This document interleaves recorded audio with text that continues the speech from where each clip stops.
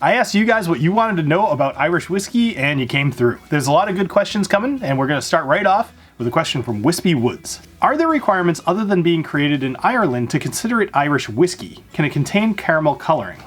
Great question, and it makes sense to start here because if we don't talk about Irish whiskey and know what it is, then how are we going to talk about Irish whiskey and know what it is? So, in the case of Irish whiskey, it's very similar to bourbon and Scotch, where you're going to have a number of legal requirements, but also there's these vaguities, Let's go vaguities, where vague pieces where it's kind of like assumed. For example, one of the requirements is that it needs to be made of wheat, corn, rye, or barley, and it needs to have the essence of whiskey.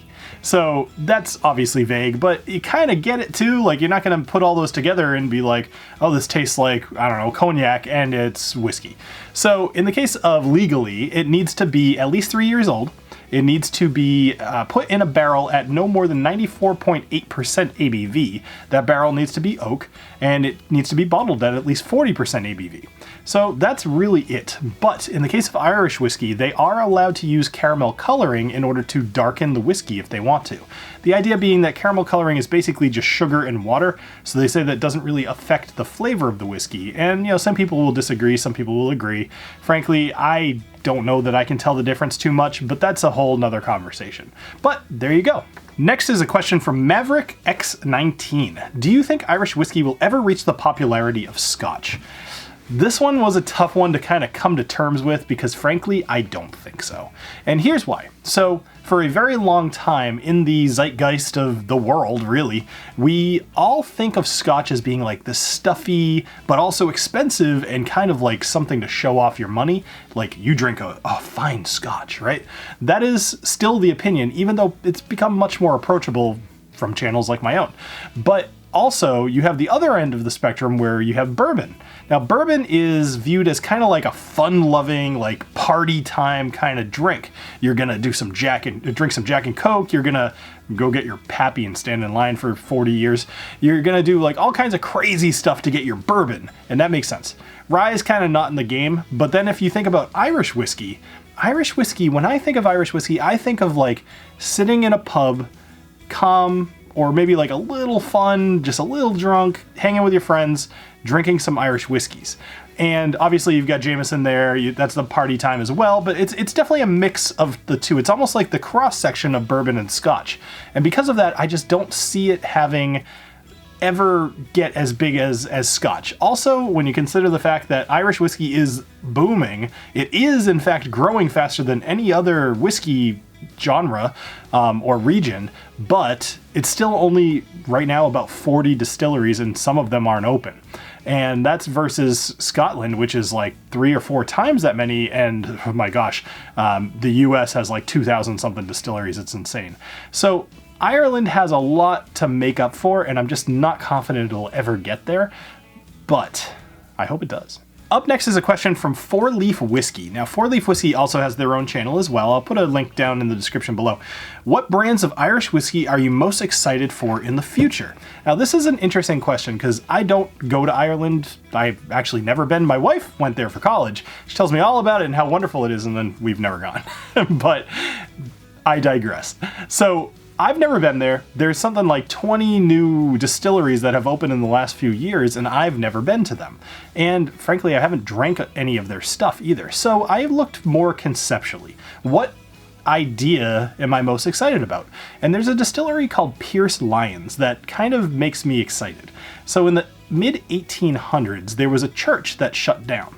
Now, a few years ago in 2014, this guy, Pierce, he ended up buying the church with his wife, and they reconstructed the entire thing. And they used the same methods that they would have used to build the church in the first place, even going as far as opening a quarry that had originally provided the slate for the roof of the church. And all of that attention to detail kind of speaks a lot to Pierce and his wife's character, right? Or at least the promise of what they could make. Now, all of this does have to do with whiskey, because they ended up opening a distillery in the church, and now they're making their own stuff. But he's just a guy that opened a distillery, right? Wrong. what he did is he was in Kentucky and he revived the Lexington Brewing Company and also opened the Town Branch Distillery. So when you think about these places in Kentucky, he knows bourbon, and he knows it enough to potentially make this Pierce Lyons whiskey, which they'll probably need a better name, the Bourbon Drinkers Irish Whiskey. You know, that's kind of what I'm thinking of, is he's got this attention to detail, he understands the market, and now he's opening a distillery in a location that sounds really cool. They even have stained glass that is pictures of whiskey. So all of this kind of makes something that I'm at least interested to see what they do. Next, we have a question from Teddy Ball Game 25. So Teddy says, what in your opinion is the optimal age of pot still Irish whiskey? This was a really interesting question to consider because whenever you think of whiskey, you always want something older, right? And that isn't really the way to think about it. There's definitely a sweet spot, and most things have their sweet spot. You're gonna have differences from bourbon all the way to Scotch to Japanese to whatever, and you don't want an 18-year-old bourbon. You don't want a 23-year-old bourbon. It's just going to taste like oak. But a 21-year-old Scotch is actually going to taste really, really nice. That being said, we're talking Irish whiskey. So I've had everything from no age statement to 35-year-old Irish whiskey. I don't think I've had anything older, but the 35-year-old was the dream cask that I had once. It was like from Redbreast, and it was amazing, right? But that was an outlier. So when I think about my ideal age for Irish whiskey, I'm somewhere in the 12 to 15 year range, and here's why. I think that Irish whiskey takes on the flavor of anything that it's being finished with exceptionally well. And because it's double or triple distilled, you're not getting a ton of flavor coming out of the actual distillate. You are kind of really depending heavily upon whatever you're putting it into in order to provide flavor. So I find actually the no age statement range of Irish whiskeys, there's a lot of really good stuff there. But if we're talking specifically aged whiskeys, I think 12 to 15 is really good. Otherwise you start getting a little over oaked, and you may as well just drink bourbon at that point. Before I go any further, let me just take a quick second to say if you're enjoying this style of video, this is brand new, let me know in the comments, and hit the like, hit the subscribe, all of those things. But let me know if you like this kind of thing and if I should do other categories. All right, so up next we have James Carter 7663. Yes, I'm gonna say the numbers because who knows what's important to who. What usually gives Irish whiskey that sweetness over its Scotch counterpart, generally speaking, of course? Now, I found this an interesting question because I don't really find Irish whiskey to be overly sweet. Usually you're gonna think sweet, you're thinking bourbon because it's got the corn and all that stuff. But what I'm assuming, so correct me if I'm wrong, James, but I think you're talking more about smoothness than anything, and the fact that triple distilling something really does remove some of the more unpleasant flavors, opening up the lighter, crisper, potentially sweet flavors as well. So I would say that's probably why, is the triple distillation. Now the question I've been waiting for because it involves me drinking. This one's from Joe. I'm just going to say Joe because I don't want to butcher your last name. Is Redbreast 15 worth the extra cost over Redbreast 12? This one I have opinions about, and actually some opinions I've told to quite a few people. So here's what I'm going to do. I have the Redbreast 15 and I have the Redbreast 12. And just for the fun of it, that's the word I was gonna say, we're gonna do a quick little nose and taste, and I'll let you know my opinion. I have an opinion, but it's been a little bit, so let's go for it. So the 15. The 12. On the nose, they're a little bit different.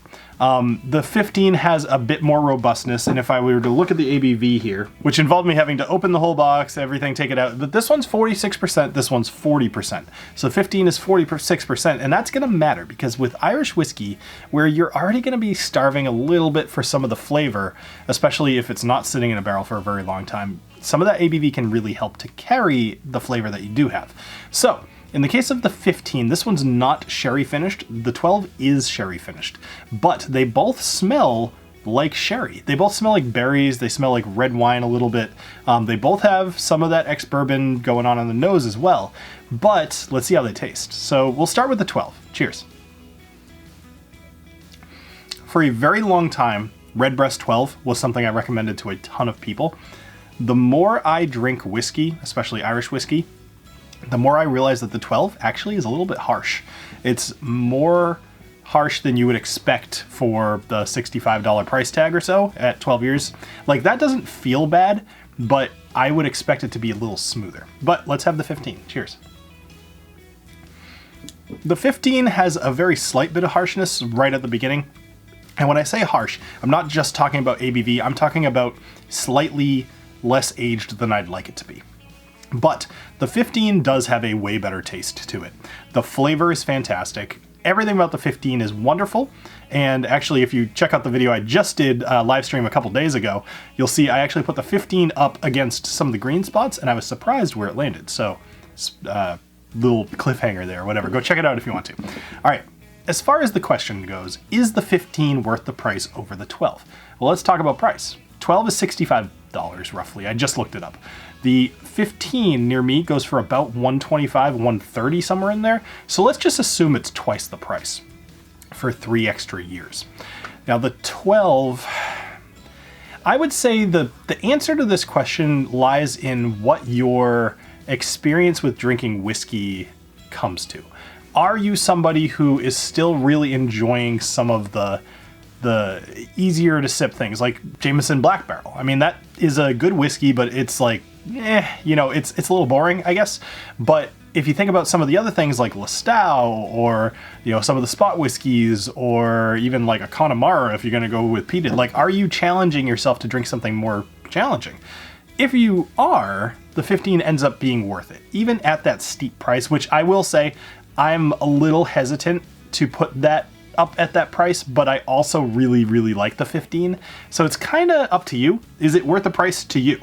You will not regret the money that you spend on it, but it's also still $120, $130, which is a lot of money to spend on a whiskey, no matter who you are. So, short answer, I would do it, but I don't know if you should, but you might want to. The next one is from Mark Whisky. So Mark asked, do you often get a metallic note in Irish whiskey, even some premium brands? Absolutely. In fact, so much so that I usually refer to it as pot still spice, which is kind of like a weird misnomer, I guess. Maybe I saw that somewhere. I don't know. I've been saying it for so many years at this point, it's hard to tell. But what that flavor ends up being is one of two things. Either the whiskey's not quite old enough, even if it's premium, doesn't matter, still happens. Either it's not quite old enough, or there's a little bit too much grain whiskey in there, and that both of those can give you that little metallic spice. You do also tend to only get this, that's not true. I was gonna say you only get it in pot still Irish whiskeys, but you don't. You also get it in some of the other Irish whiskeys that you could get out there. So in general, I take that. You ever have rye, and when you drink it, you're like, oh, this is like really herbal. But usually that's more just a sign of it being young. In this case, the metallic taste is a sign of maybe it needs a little bit more time in the barrel. This one's a little tough. So this is from Bam Bam 2X905. I just can't seem to get into Irish whiskey. I love bourbon and Scotch though. What makes Irish whiskey distinctive from Scotch and bourbon? What beginner Irish whiskeys do you recommend for a bourbon lover? This one's tough. Now, I did a video forever ago, and it actually still gets a ton of views. It was my beginner Irish whiskey buying guide, and you can check it out up there or up there. I always forget which side it's on. And there's a number of good options for which Irish whiskeys to start on. But if you've already had a lot of those, to kind of go more for your question, if I were to pick some Irish, well, let me even just kind of go into this. So you say, what makes it different than bourbon and Scotch? Basically how it's made. Irish whiskey can and usually is double or triple distilled, and that is not as typical with Scotch, and it's basically not at all done with bourbon. So that helps to smooth things out, but it also removes some of the character that you might be getting from the grain. And so some of it, like if you don't like that taste, that might just be kind of a hopeless cause for you. So what I would suggest if you really want to get into Irish whiskey is look for something that's finished.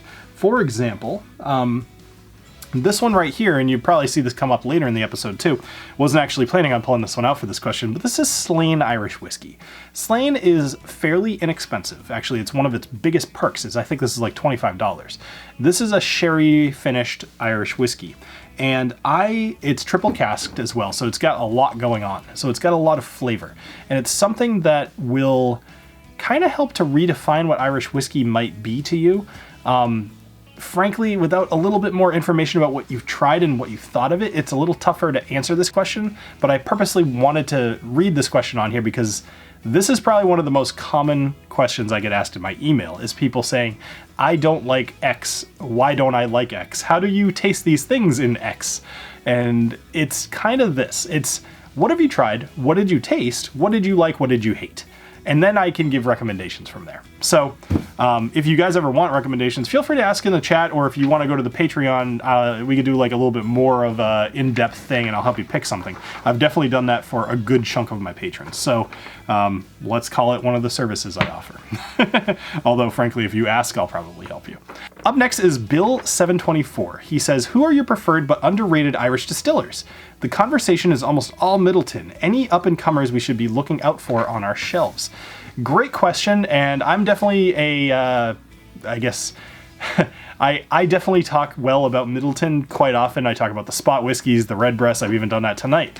But there are several that are really, really good. One of which being Slane that I just talked about. I don't want to oversell this one because I don't want you to drink it and be disappointed. It is $25 and keep your expectations to that. But they're great.